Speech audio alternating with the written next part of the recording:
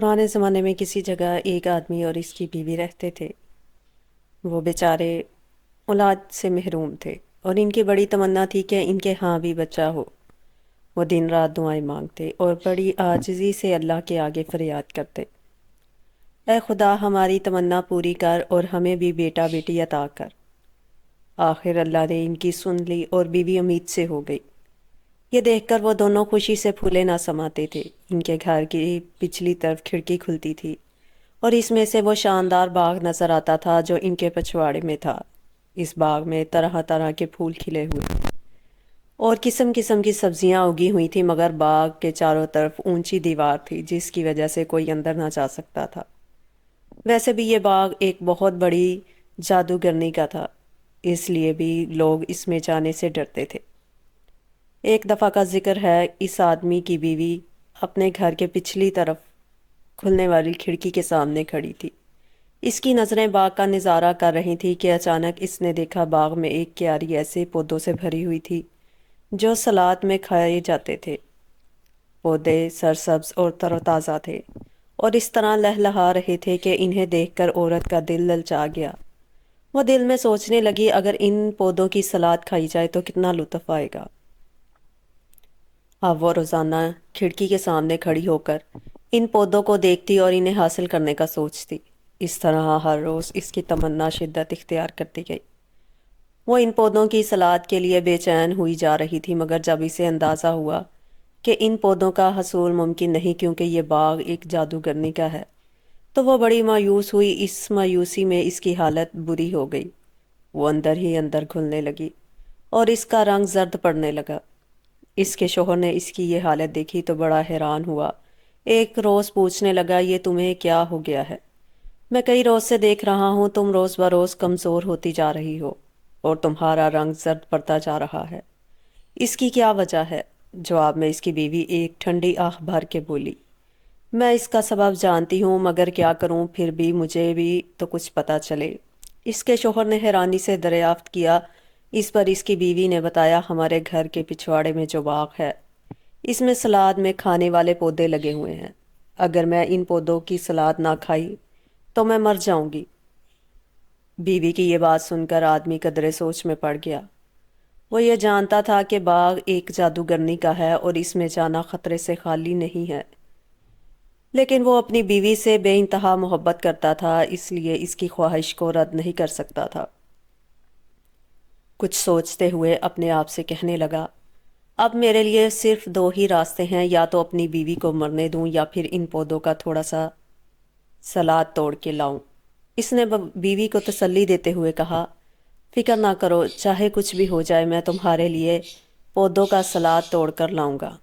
چنانچہ جب آدھی رات کا وقت ہوا تو وہ چپکے سے اٹھا اور دیوار پھلانگ کر جادوگرنی کے باغ میں چلا گیا۔ اس نے جلدی جلدی ان پودوں میں سے 2-3 مٹھیاں بھر کے توڑیں اور الٹے پاؤں واپس بھاگا۔ پھر اسی طرح باغ کی دیوار پھاند کر گھر آ گیا اور پودوں کی سلاد بیوی کو دیتے ہوئے بولا، لو میں نے تمہاری تمنا پوری کر دی ہے۔ بیوی نے اس کے ہاتھ میں پودوں کے پتے دیکھے تو بہت خوش ہوئی۔ اس نے اسی وقت ان کی سلاد تیار کی اور پھر مزے لے کر کھانے لگی۔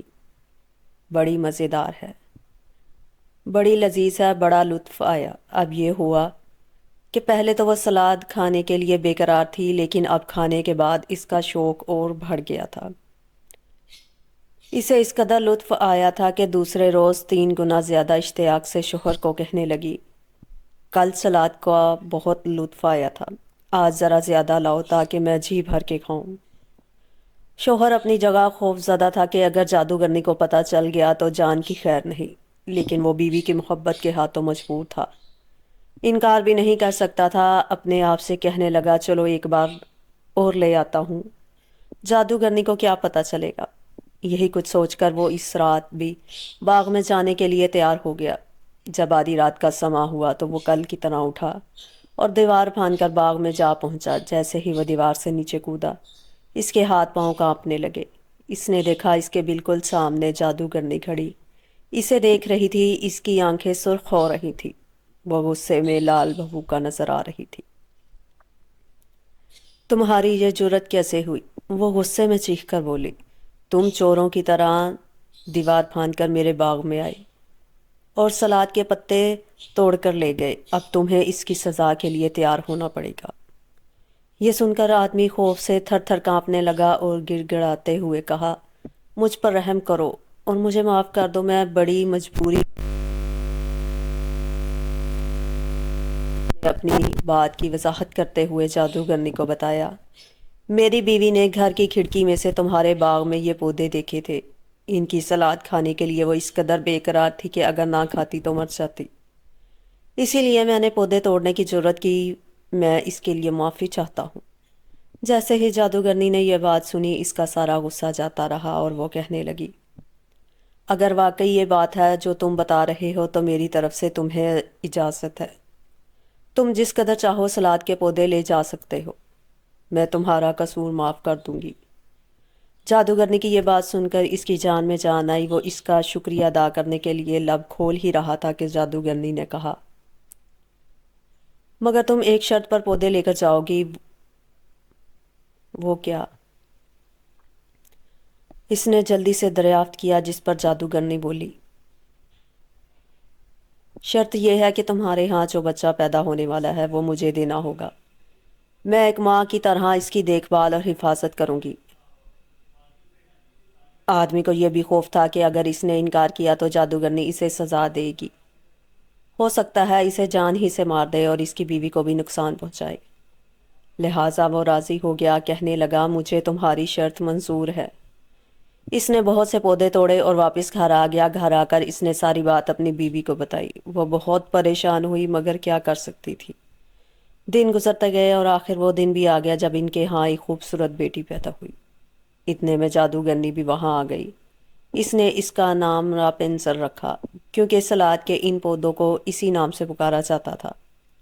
اس کے بعد اس نے بچی کو اٹھایا اور چلی گئی۔ راپنزل بڑی ہونے لگی، جوں جوں وہ بڑی ہو رہی تھی اس کا حسن اور بھی نکھرتا جا رہا تھا۔ جب اس کی عمر 12 برس کی ہوئی تو جادوگرنی نے اسے ایک ایسے مینار میں بند کر دیا جو جنگل کے درمیان واقع تھا۔ اس مینار کی نہ تو سیڑھیاں تھی اور نہ ہی کوئی دروازہ تھا، صرف اس کی چوٹی پر ایک کھڑکی تھی۔ جادوگرنی جب کبھی راپنزل کے پاس جانا چاہتی، وہ مینار کے نیچے کھڑی ہو کر بلند آواز میں کہتی، اے راپنزل، اے راپنزل، اپنے بال نیچے لٹکاؤ۔ راپنزل کے بال غیر معمولی طور پر بہت لمبے تھے اور سونے کی طرح سنہرے اور انتہائی خوبصورت تھے۔ جب بھی جادوگرنی مینار کے نیچے آ کر یہ آواز لگاتی، وہ اپنے بالوں کی شکنیں دور کر کے انہیں کھڑکی کے ساتھ مضبوطی سے باندھ دیتی اور باقی نیچے کی طرف لٹکا دیتی۔ اس کی بالوں کی لمبائی 20 ایل تھی، چنانچہ جب وہ بال نیچے لٹکاتی تو جادوگرنی انہیں پکڑ کر مینار کے اوپر چلی جاتی۔ اس کے اوپر جانے اور نیچے آنے کے لیے بال ہی سیڑھی کا کام دیتے تھے۔ اس طرح راپنزل اس مینار پر رہتے ہوئے کئی برس ہو چکے تھے۔ ایک بار ہوا یہ کہ بادشاہ کا ایک بیٹا جنگل میں سے گزر رہا تھا۔ جب وہ اس مینار کے پاس سے جا رہا تھا تو اچانک اس کے کانوں میں کسی کے گانے کی آواز آئی اور وہ چونک کر وہاں رک گیا۔ اس جنگل میں یہ کون ہے؟ وہ سوچنے لگا۔ لڑکی کی آواز اس قدر سریلی تھی کہ وہ وہاں ٹھہر کر سننے لگا۔ اس وقت راپنزل تنہائی میں وقت گزارنے کی خاطر گانے سے دل بہلا رہی تھی۔ شہزادہ تھوڑی دیر تک کھڑا گانا سنتا رہا اور پھر مینار پر چڑھنے کے ارادے سے دروازہ تلاش کرنے لگا، لیکن اسے نہ تو کوئی دروازہ ملا اور نہ ہی اوپر جانے کا کوئی راستہ نظر آیا۔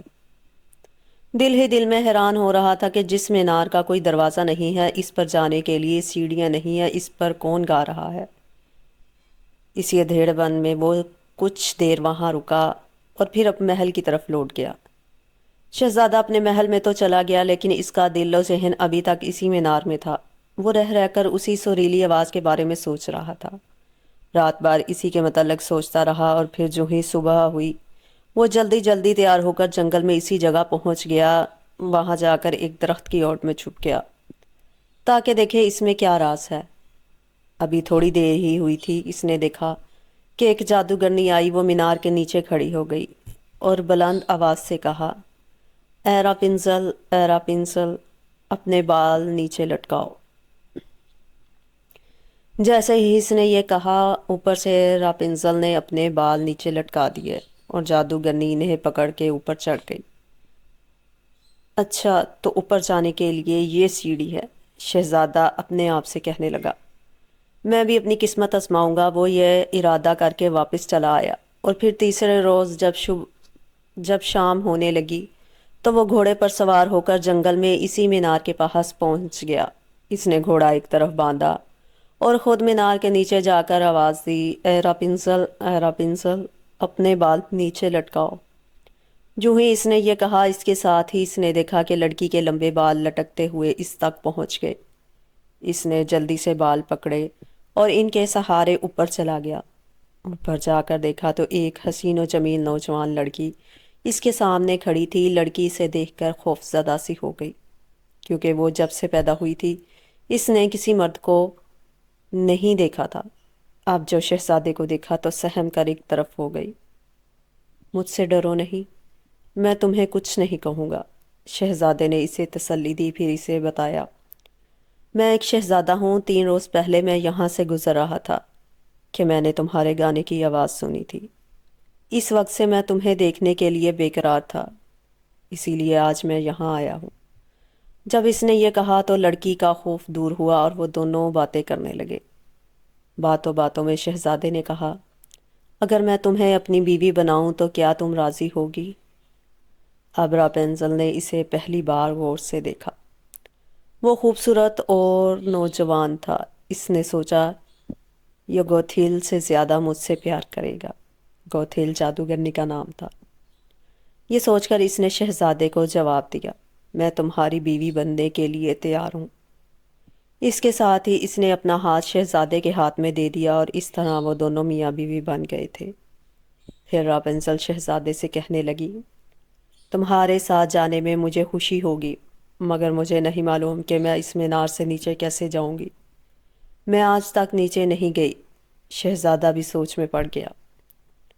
وہ تو اس کے بال پکڑ کر نیچے اتر جائے گا، مگر یہ کیسے اترے گی؟ وہ اسی شش و پنج میں گرفتار تھا کہ لڑکی بولی، میرے ذہن میں ایک ترکیب آئی ہے۔ وہ کیا؟ جلدی بتاؤ، شہزادہ بے صبری سے پوچھنے لگا۔ اس پر راپنزل نے بتایا، تم جب بھی میرے پاس آیا کرو اپنے ساتھ ریشم کی ایک ڈوری لے کر آنا۔ جب بہت سی ڈوریاں جمع ہو جائیں گی تو میں ان سے سیڑھی بنا لوں گی۔ اس طرح جب سیڑھی تیار ہو جائے گی تو میں اس کے ذریعے نیچے اتر جاؤں گی، پھر تم مجھے اپنے گھوڑے پر سوار کر کے لے جانا۔ ٹھیک ہے، میں ایسا ہی کروں گا۔ شہزادہ فوراً راضی ہو گیا۔ اس کے بعد وہ ہر شام کو آتا، کیونکہ دن کے وقت جادوگرنی آتی تھی۔ جب بھی آتا اپنے ساتھ ریشم کی ایک ڈوری لے کر آتا۔ اس طرح جادوگرنی کو کانوں کان خبر نہ ہو سکی کہ یہاں کوئی اور بھی آتا ہے۔ ایک دن ہوا یہ کہ راپنزل باتوں باتوں میں جادوگرنی سے کہنے لگی، اے گوتھیل، مجھے بتاؤ تم اس قدر بھاری کیوں ہو؟ جب میں تمہیں اوپر کھینچتی ہوں تم اس شہزادے سے کہیں زیادہ بوجھل ہوتی ہو جو ابھی یہاں آنے والا ہے۔ جیسے ہی اس نے یہ کہا جادوگرنی غصے میں چیخ پڑی، اے بد نصیب لڑکی، یہ میں کیا سن رہی ہوں؟ اس وقت وہ غصے میں آپے سے باہر ہوتی جا رہی تھی اور کہہ رہی تھی، میں یہ سمجھ رہی تھی کہ میں نے تمہیں دنیا سے بالکل الگ رکھا ہوا ہے، مگر تم نے مجھے دھوکہ دیا۔ اتنا کہنے کے ساتھ ہی جادوگرنی تلملا کے آگے بڑھی۔ اس نے راپنزل کے بال پکڑ کے انہیں بل دیے اور پھر اپنے بائیں ہاتھ پہ لپیٹ کر انہیں کاٹ دیا۔ اس طرح دیکھتے ہی دیکھتے اس کے خوبصورت سنہری بال کٹے ہوئے فرش پر پڑے تھے۔ اب میں تمہیں یہاں نہیں رہنے دوں گی، تمہیں ایسی جگہ پھینکوں گی جہاں تو تنہائی میں جان دے دے گی۔ جادوگرنی نے یہ کہا اور راپنزل ایک بیابان میں چھوڑ آئی، جہاں وہ بیچاری اپنی بد نصیبی کو روتی ہوئی تنہا رہ گئی۔ اب ہوا یہ کہ جادوگرنی راپنزل کو بیابان میں چھوڑ کے واپس اسی مینار میں آ گئی۔ اس نے جو بال کاٹے تھے ان کا ایک سیڑھا کھڑکی سے باندھ دیا اور خود شہزادے کا انتظار کرنے لگی۔ جب شام ہوئی تو شہزادہ حسب معمول وہاں آیا اور بلند آواز میں پکارا، اے راپنزل، اے راپنزل، اپنے بال نیچے لٹکاؤ۔ جادوگرنی تو پہلے ہی سے اس کے منتظر بیٹھی تھی۔ جیسے ہی شہزادے کی آواز سنی اس نے جلدی سے بال نیچے لٹکا دیے اور شہزادہ انہیں پکڑ کے مینار کے اوپر چڑھ گیا۔ مگر یہ کیا، وہ اوپر جا کر ہکا بکا رہ گیا۔ اس کی خوبصورت اور پیاری راپنزل کی جگہ خوفناک بوڑھی جادوگرنی کھڑی تھی جو غصے میں لال بھوکا ہو رہی تھی۔ وہ شہزادے کو دیکھتے ہی پاؤں پٹکتی ہوئی چیخ کر بولی، اچھا تو تم ہو وہ آدمی؟ پھر اس نے بڑی حقارت سے کہا، تم اپنی پیاری بیوی کو لینے آئے ہو، مگر وہ گانے والا خوبصورت پرندہ اب اس پنجرے میں نہیں ہے، اس سے بلی پکڑ کے لے گئی ہے اور اب وہ تمہاری آنکھیں بھی نوچ کر باہر نکال دے گی۔ پھر اس نے ایک خوفناک قہقہ لگایا اور کہا، تم نے راپنزل کو کھو دیا ہے، اب تم اسے دوبارہ کبھی نہ دے سکو گے۔ یہ سنتے ہی شہزادہ غم سے دیوانہ سا ہو گیا اور مایوسی کے عالم میں اس نے مینار سے چھلانگ لگا دی۔ اس نے جادوگرنی سے تو اپنی جان بچا لی، لیکن اس نے سر پہ تاج پہن رکھا تھا جس کی وجہ سے اس کی آنکھیں زخمی ہو کر لہو لہان ہو گئی۔ اس طرح اب وہ دیکھ بھی نہیں سکتا تھا۔ شہزادہ غم اور مایوسی میں جنگل میں مارا مارا پھر رہا تھا۔ جھک بھوک لگتی تو وہ جنگل سے پھل پھلیری کھا کے پیٹ بھر لیتا اور پھر دیوانوں کی مانند ادھر ادھر گھومنے لگتا۔ اس کے لبوں پر اس کی پیاری بیوی راپنزل کا نام تھا اور وہ اسے پکارتا ہوا بھٹکتا پھر رہا تھا۔ اسی طرح وہ کئی برسوں تک جنگل میں ادھر سے ادھر گھومتا رہا، یہاں تک کہ آخر کار وہ اسی بیابان میں پہنچ گیا جہاں راپنزل اپنے 2 جڑواں بچوں کے ساتھ بد نصیبی کے دن پورے کر رہی تھی۔ ایک لڑکا شہزادے کی نشانی تھا جس کے سہارے وہ اب تک زندہ تھی۔ اس نے جب یہ سنا کہ کوئی اس کا نام لے کر پکار رہا ہے تو بڑی حیران ہوئی۔ اس بیابان میں اتنے برسوں کے بعد مجھے کون پکار سکتا ہے، وہ سوچنے لگی۔ اتنے میں پھر آواز آئی، کوئی مسلسل اس کا نام لے کر پکار رہا تھا۔ وہ بھاگ کر آگے گئی تو دیکھا وہ تو اس کا شوہر شہزادہ تھا جو اس وقت اندھوں کی طرح بھٹک رہا تھا۔ راپنزل اسے دیکھ کر تڑپ اٹھی۔ وہ لپ کر گئی اور اس کے گلے سے لپٹ کر رونے لگی۔ کرنا خدا کا ایسا ہوا کہ راپنزل کے آنسو شہزادے کی آنکھوں میں گرے اور اس کے ساتھ ہی اس کی بینائی واپس لوٹ آئی۔ اب وہ دیکھ سکتا تھا اور اس نے سب سے پہلے اپنی راپنزل کو دیکھا تھا۔ دونوں کئی برسوں کے بعد گلے ملے۔ شہزادہ اپنے بچے کو دیکھ کر بہت خوش ہوا اور پھر ان کو لے کر اپنے شہر آ گیا۔ اس کے بوڑھے باپ نے اپنے بیٹے کو دیکھا تو اس کو بھی دوبارہ زندگی مل گئی، مگر وہ بوڑھا ہو چکا تھا۔ اس نے تخت و تاج بیٹے کے سپرد کر دیا اور اس طرح شہزادہ بادشاہ بن کر حکومت کرنے لگا۔